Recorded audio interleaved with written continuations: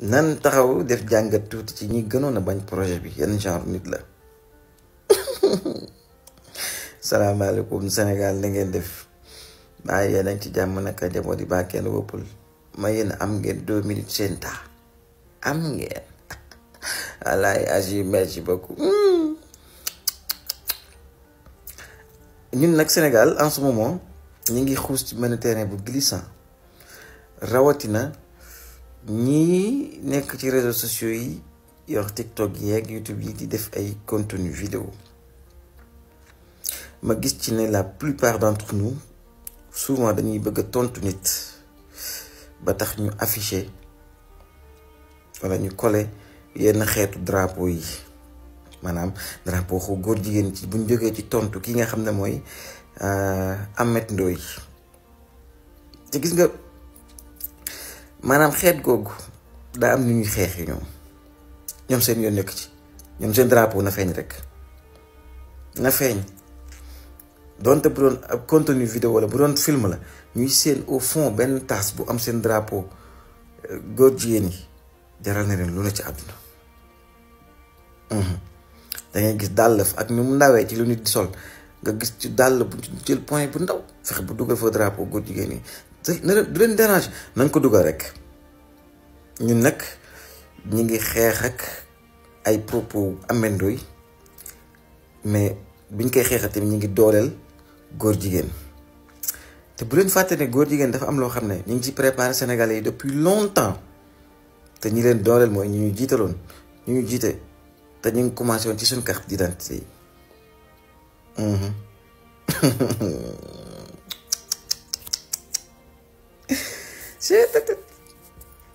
góor jigéen yi lobby yooyu noonu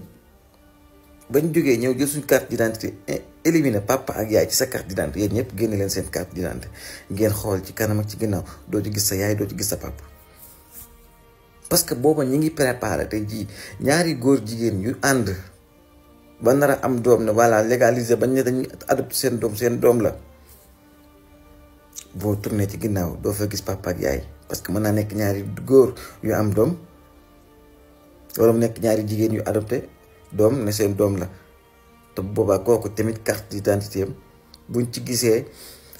madame diw mooy yaayam madame diw mooy papaam nangam ak nangam wala père papa monsieur diw ak monsieur diw ci carte d'identité bi day xaw a doy waar te communauté yu mel ne Sénégal loolu duñ ko accepté. est-ce que gis ngeen fi ñu waajalee xeetu góor jigéen yi ci suñu réew mi ñu ngi samp nag seeni pion di doxal gis ngeen na Ameth Ndoye daa commencé gën a am fit plus ñuy wax ci góor jigéen yi plus ñu koy gën a may doole plus ñuy gën a may doole góor jigéen yi te ñu ngi leen di naxee benn affaire yi nga vidéo yi ngeen gis muy circulé mu nekk góor ci benn néeg ak mu dugg ci góor jigéen di fecc nekkul patriote yi ñoo ko génne de ay góor jigéen ñoo ñu koy envoyé ñu koy partagé waat rek pour dooleel leen pour seen drapeau gën a feeñ pour que ñu ñoom ñu nekk actualité te vraiment ñoom nekk nañ actualité en ce moment te bu ñu xoolee bu baax Ameth Ndoye may ci leen di dooleel ci loolu mi ngi leen di jàppale ci loolu parce que moom il fait le tout pour occuper actualité bi et plus muy occuper actualité plus on parle de góor jigéen. quelle stratégie. da ngeen fi fekk Sénégal réew moo xam ne gouvernement bi fi nekk ils sont radicaux là-dessus ñaar ñi jiite ah il faut pas du ngeen fi amee dara daal pour muy clair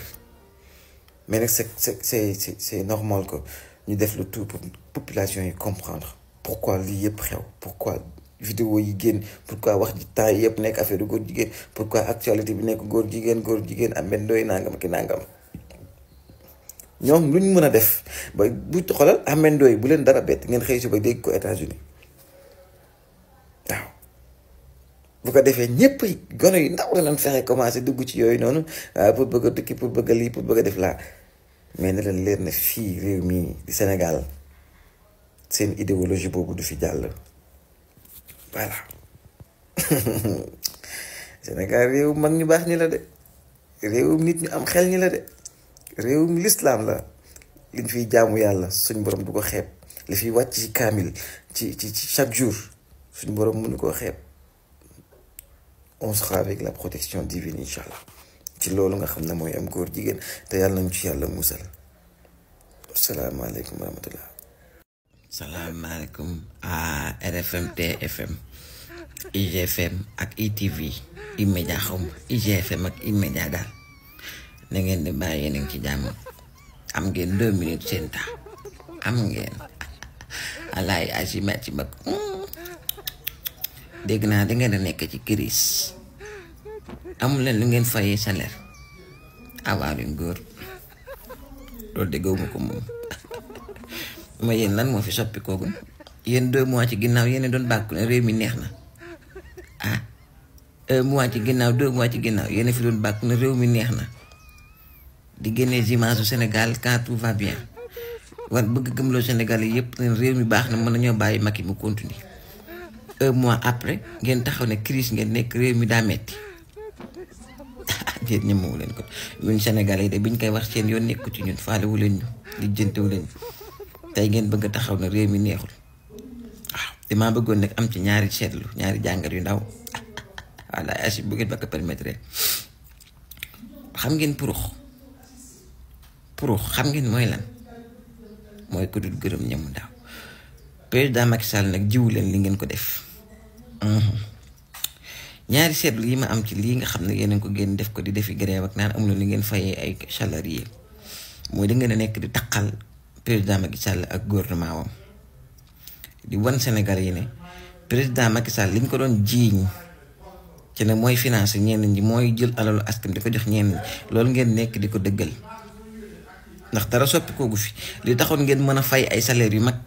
kenn musul retard salaire musul am ci seen groupe média yooyu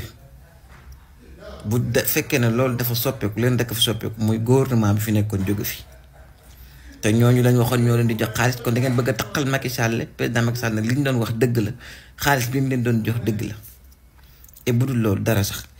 président Macky Sall ba mu leen koy defal peut-être dafa bëggoon mu nekk sutura mais bëggul bu fi jógee ñëpp xam ne moo leen doon jox xaalis tooñ ngeen ko ba ci kanamu yàlla. deuxième bi chose mooy ñi leen di liggéey respecté woo leen ndax yéen a ngi wan ñi leen di liggéeyal ñi nekk ci journaliste yeeg ñi nekk techniciens yi nekk foofu yéen a ngi leen di wax yéen taxaw wax leen ne leen liggéey bi ngeen di def ci télé yii ak ci même ci E-Media ak ITV xaw ma ak IGFM seen liggéey boobu baaxul li ngeen liggéey baaxul ndax bu baaxoon da ngeen ci gis seen bopp bu mën cee fay seeni salaire yéen a ko wax lii donc la bañ a signifier ça veut dire que TFM RFM l'Observateur ak ñoom nangam ki nangam ITV nangam E-Media moom mooy jël buuf ci ñoom bi mboolem ñi fay liggéey seen liggéey boobee ne maanaam c'est pas prometteur jariñul entreprise bi da ngeen bëgg wax ne yéen jariñu leen entreprise mais entreprise bi moo leen di jariñ entreprise bi ni mu leen doon jariñee état bi fi nekkul dañ leen doon jox xaalis ngeen fay seeni employés